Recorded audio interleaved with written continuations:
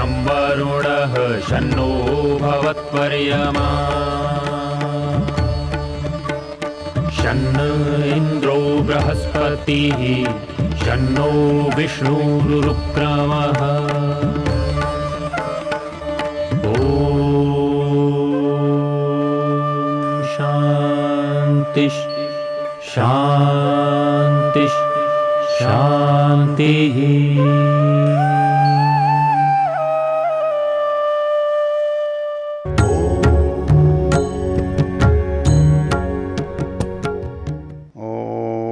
उपहूतो वाचस्पतिरुपास्मन्वाचस्पतिर्भयतां संश्रुतेन गमे महिमा श्रुतेन विराधिषि। ओम शांति शांति शांति। हम इस वेद ज्ञान की चर्चा में अथर्ववेद के प्रथम कांड के प्रथम सूक्त के मंत्रों पर विचार कर रहे हैं। इन सूक्तों का मंत्रों का ऋषि अथर्वा है और देवता वाचस्पति है। जैसा हमने पिछले मंत्रों में देखा कि इस सूक्त में इन मंत्रों में एक सर्वोत्तम विचार जो संसार का हो सकता है वो हमारे सामने आया। और वो विचार ये है कि हमको ज्ञान की प्राप्ति हो, ज्ञान से हम सदा युक्त हों और जो कुछ हम करें वो ज्ञान पूर्वक करें। तो वो ज्ञान हमको अनायास नहीं मिलेगा, उसको हमें प्राप्त करना पड़ेगा। और वो प्राप्त करने की बात मंत्र में कैसे कही गई है? कहता है उपहूतो वाचस्पतिर उपास्मान वाचस्पतिर्भयताम। ये जो ज्ञान है, हम किसी को आदर से बुलाएं और किसी के पास श्रद्धा से जाएं। हमको जब ज्ञान प्राप्त करने के लिए किसी को बुलाना होता है तो उपहूतः बहुत आदर से सत्कार पूर्वक बुलाना होता है। हम आदर पूर्वक जब किसी को बुलाएंगे, उसका सत्कार करेंगे, सेवा करेंगे, तो हमें अपेक्षित ज्ञान प्राप्त हो सकता है। इसकी चर्चा हम पीछे कर चुके। तद्विधि प्रणिपातेन परिप्रश्नेन सेवया, अर्थात ज्ञान की प्राप्ति का जो साधन है वो नम्रता है। जो जानता है उसकी पहचान है वो नम्र होता है। नम्र इसलिए नहीं होता है कि उसको नम्र बनने का प्रयास करना पड़ता है। नम्र इसलिए होता है कि जिससे हम प्राप्त करते हैं उसके प्रति हमारे मन में सहज श्रद्धा होती है, सत्कार, प्रेम होता है, आदर होता है। और नमस्कार हमारे आदर का सूचक है। हम उसके द्वारा अपनी भावनाओं को व्यक्त करते हैं। तो विद्या जो है वो उसके बिना प्राप्त नहीं होती। तो विद्या ददाति विनयम, विनयाद्याति पात्रताम, पात्रत्वात् धनमाप्नोति, धनात् धर्मम ततः सुखम। संस्कृत में एक श्लोक है कि विद्या जो है वो उसका परिणाम है विनय। जो विद्यावान विद्वान बन जाता है वो सहज विनयी हो जाता है, क्योंकि उसके अंदर विद्या का जो प्रभाव है, उसका क्षेत्र है, उसका जो महत्व है, जब उसको कोई व्यक्ति जानता है तो उस महत्व से परिचित होने के बाद जिससे भी वो विद्या प्राप्त करता है उसके प्रति उसके अंदर आदर भाव, नम्रता का भाव स्वाभाविक है। विद्या ददाति विनयम, विद्या जो है नम्रता को प्रदान करती है, नम्रता उसका परिणाम है। और जो व्यक्ति विनयी होता है उसको सभी लोग अपने लिए उपयुक्त मानते हैं। विनयाद याति पात्रता, योग्यता को प्राप्त करता है। किसी भी कार्य को, स्थान को, किसी भी परिस्थिति को यदि वो समझता है, उसके उपयुक्त व्यवहार करता है तो वो उसके अधिकार को पाता है। पात्रताम याति। विद्या ददाति विनयम, विद्या से विनय की प्राप्ति होती है। विनयाद याति पात्रता, विनय से पात्रत्व की प्राप्ति होती है। पात्रत्वात् धनमाप्नोति, अब जो व्यक्ति किसी चीज़ के लिए योग्य सिद्ध हो जाए तो स्वाभाविक है सभी लोग उससे उस कार्य को संपादित कराना चाहेंगे। जब उसको किसी कार्य को संपादित कराना चाहेंगे तो उसका परिणाम, उसका फल, उसके साधन उसको मिलेंगे और वह साधनों को प्राप्त करने से सुखी हो जाता है, असुविधाओं को दूर कर लेता है। इसलिए संसार में प्रत्येक प्राणी सुख चाहता है, लेकिन बाकी मनुष्य से भिन्न प्राणी तो विशेष यत्न नहीं कर सकते, वो तो प्रकृति से प्रेरित होकर चलते हैं। लेकिन मनुष्य जो है वो प्रयत्न कर सकता है, तो वो प्रयत्न किस दिशा में होने चाहिए? तो वो दिशा होनी चाहिए जहाँ से हमको ज्ञान की प्राप्ति हो। तो ज्ञान की प्राप्ति होने से हमारे अंदर योग्यता, पात्रता, परिणाम की प्राप्ति होती है।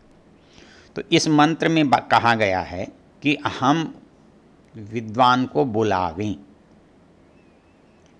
हम विद्वान को बुलावें, अर्थात जब भी हमारे पास अवसर हो, विद्वान सुलभ हो, हमारे अंदर जानने की इच्छा हो, तो दो ही उपाय हैं। जो या तो हम विद्वान की सेवा में जाएं या विद्वान को आदरपूर्वक अपने पाहाँ बुलाएं। जब हम पढ़ते हैं तो विद्वान की सेवा में जाते हैं, जब हम संवाद करते हैं तो विद्वान को बुलाते हैं। तो इसलिए कहता है वाचस्पतिर उपहूतः वाचस्पतिर उप अस्मान भयताम, हम विद्वान को बुलावें और विद्वान हमको बुलावे, हम विद्वान तक पहुँचें।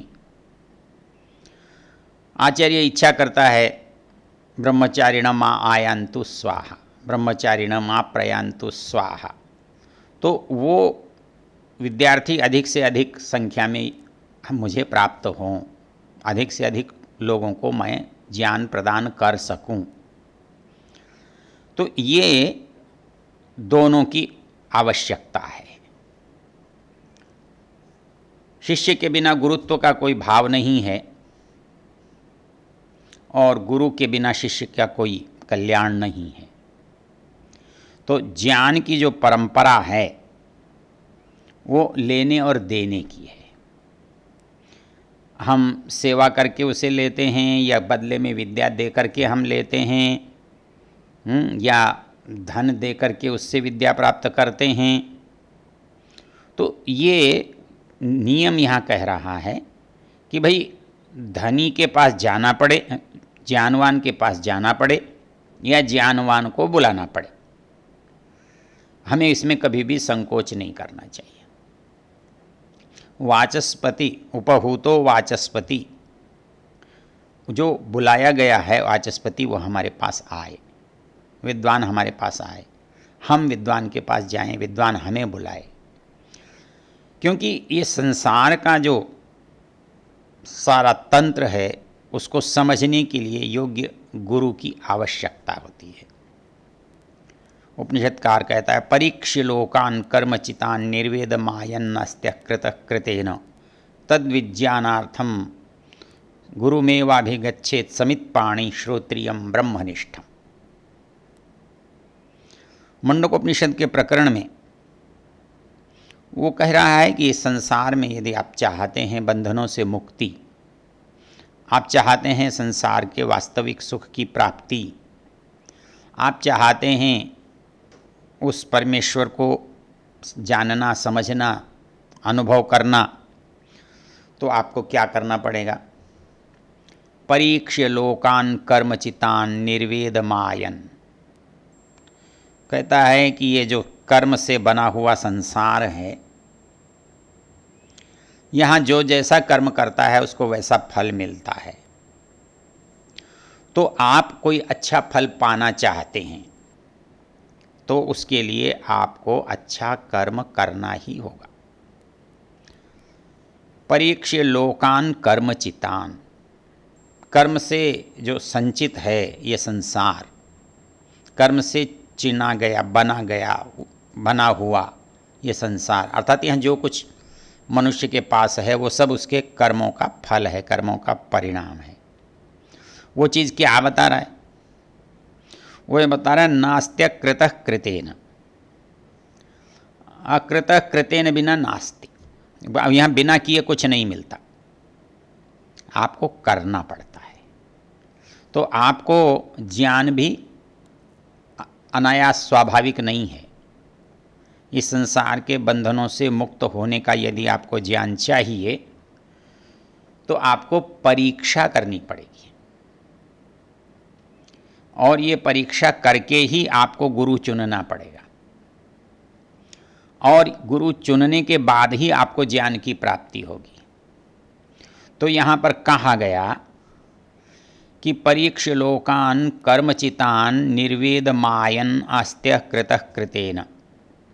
इस संसार में आप यदि ज्ञान को प्राप्त करना चाहते हैं, दुख से दूर होने की कामना रखते हैं, तो इनकी परीक्षा करके तद विज्ञानार्थम, उस तत्व को जानने समझने के लिए, उस ज्ञान को प्राप्त करने के लिए गुरुमेवाभिगच्छेत समित पाणी श्रोत्रियम ब्रह्मनिष्ठम। उसके लिए 3 बातें कही हैं। गुरुम अभिगच्छेत, गुरु की सेवा में जाए। तो जिसको विद्या चाहिए वो गुरु के पास जाएगा। कैसे जाएगा? जाने का प्रकार, विधि क्या होगी? पहले तो वो देखेगा कि मुझे किस गुरु के पास जाना है, फिर कैसे जाना है, गुरु की योग्यता कैसी है। तो कहता है गुरु में अभिगच्छेत समित पाणी श्रोत्रियम ब्रह्मनिष्ठम। श्रोत्रियम ब्रह्मनिष्ठम 2 गुरु की विशेषताएं हैं कि हमें इस अध्यात्म को प्राप्त करने के लिए कैसा गुरु चाहिए? जो श्रोत्रिय हो और ब्रह्मनिष्ठ हो, जो वेद का पढ़ने पढ़ाने वाला हो, जो शास्त्र का जानने वाला हो, वो श्रोत्रिय है। और ब्रह्मनिष्ठ जो उपासक हो, परमेश्वर का भक्त हो, परमेश्वर में आस्था रखने वाला हो। इसमें महत्वपूर्ण बात क्या है कि वेद और ब्रह्म साथ साथ चलते हैं। इस वेद और ब्रह्म के साथ साथ चलने से ही आपको वास्तविक ज्ञान होता है। तो कुछ लोग ये समझते हैं कि शायद वेद पढ़ने की कोई आवश्यकता नहीं है। हो सकता है किसी के पास पुराने संस्कार के कारण कोई ज्ञान प्राप्त हो, उपलब्ध हो, किसी दूसरे तरीके से हो, लेकिन जो सहज सर्वविदित सर्वज्ञात जो मार्ग है वो वेद है। मनु महाराज ने एक बहुत सुंदर पंक्ति लिखी है, स्वाध्यायात योगमासीत योगात स्वाध्यायमामनेत स्वाध्याय योग संपत्त्या परमात्मा प्रकाशते। अभी इससे अधिक स्पष्ट कोई नहीं बोल सकता। इससे सीधी सादी बात और दूसरे किसी शब्दों में कही नहीं जा सकती। मूल चीज कह रहा है परमात्मा प्रकाशते। साधक के हृदय में परमात्मा का प्रकाश होता है, साधक को परमात्मा का साक्षात्कार होता है, लेकिन साक्षात्कार करने का जो उपाय है जो प्रकार है वो क्या है? स्वाध्यायात योगमासीत। अर्थात जो उपासक है उसे स्वाध्याय करना चाहिए, वेद पढ़ना चाहिए, शास्त्र पढ़ना चाहिए, मोक्ष के ग्रंथ पढ़ने चाहिए। स्वाध्यायो वेद, स्वाध्यायो अध्येतव्य, स्वाध्याय मोक्ष शास्त्राध्ययनम प्रणव जपोवा। तो वे कहते हैं कि जो संसार के बंधनों से मुक्ति दिला सकते हैं ऐसे जो ग्रंथ हैं, शास्त्र हैं, उनको पढ़ना और उनका साक्षात करना। कैसे? उपासना से। अर्थात वो जो बात उसमें कही गई है वो बात सत्य है, उचित है और उससे उचित परिणाम की प्राप्ति हो रही है। इसलिए वो कहता है स्वाध्यायात योगम आसीत, स्वाध्याय से योग का साधन करें। योगात स्वाध्याय मामनेत, उपासना करके जो पढ़ा है उसका मनन करे, चिंतन करे, उसको जाने समझे। और ये दोनों चीज़ें किसी साधक के लिए क्या महत्व रखती हैं? जैसे कोई दुनिया में आता है और संपत्ति के बिना वो रहता है और संपत्ति के साथ रहता है, तो इस संसार का सुख जो है वो संपत्ति के बिना नहीं मिलता, साधनों के बिना नहीं मिलता। तो जो संपन्न होता है, संपत्तिशाली होता है, समर्थ होता है, उसके साथ सुख की सहज प्राप्ति होती है। तो वैसे ही उपासना करने वाले की दो संपत्तियां हैं, एक है स्वाध्याय और एक है साधना, उपासना। आप उसको योग कह लेंगे, योगाभ्यास कह लीजिए, लेकिन उसका अभिप्राय तो उपासना, साधना, योगाभ्यास, संध्या, भक्ति, आप कुछ भी कह सकते हैं। तो कहता है कि प्राप्ति के लिए, पहुंचने के लिए, प्रयोजन के लिए, जाने के लिए हमको साधनों की आवश्यकता होती है। तो परमेश्वर तक जाने के लिए हमें क्या चाहिए? तो कहते हैं स्वाध्याय योग संपत्त्या। और जो हमें प्राप्ति होती है वो क्या होगी? परमात्मा प्रकाशते। जो हमारा प्रयोजन है, परमात्मा का ज्ञान, परमात्मा की प्राप्ति, परमात्मा का साक्षात्कार, वो जो ज्ञान है वो इन दो साधनों से, इन दो संपत्तियों से मिलता है। ये जो दो साधन जिसके पास हैं उसको हम संपत्तिशाली कहते हैं। जिसके पास बहुत मकान हों, जिसके पास बहुत सारी गाड़ियाँ हों, जिसके पास बहुत सारे साधन हों, जिसके पास बहुत सारे सेवक हों, तो ऐसे व्यक्ति को हम कहते हैं ये बड़ा संपन्न है, उसके पास सब साधनों का संग्रह है। तो वैसे ही यदि कोई उपासक ये चाहता है, कोई वो यात्री अध्यात्म का चाहता है कि उसके पास भी कुछ संपत्ति होनी चाहिए, तो वो संपत्ति है स्वाध्याय योग संपत्त्या। तब उस प्रयोजन की प्राप्ति होती है। ओम